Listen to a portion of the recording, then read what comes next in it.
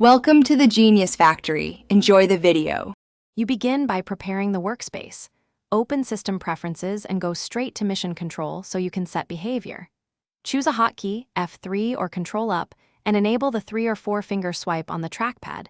This gives you instant access. Once done, tidy distracting windows.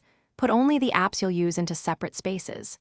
You do this because Mission Control organizes by space and full screen apps, making switching fast and predictable. Now trigger it with your chosen gesture or key. Now you create and manage spaces to match your tasks. Enter Mission Control, then click the plus sign at the top right to add a desktop.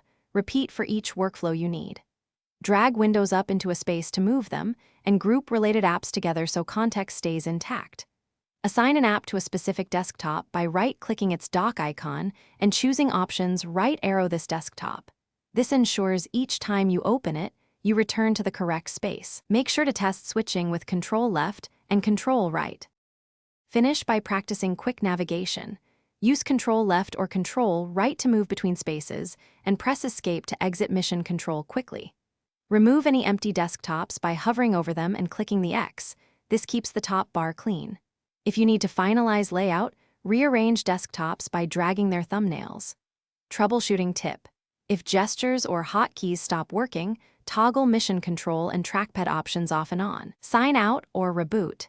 This usually restores the gestures and shortcuts so you can continue working. Thanks for watching. If you found this helpful, don't forget to like and subscribe.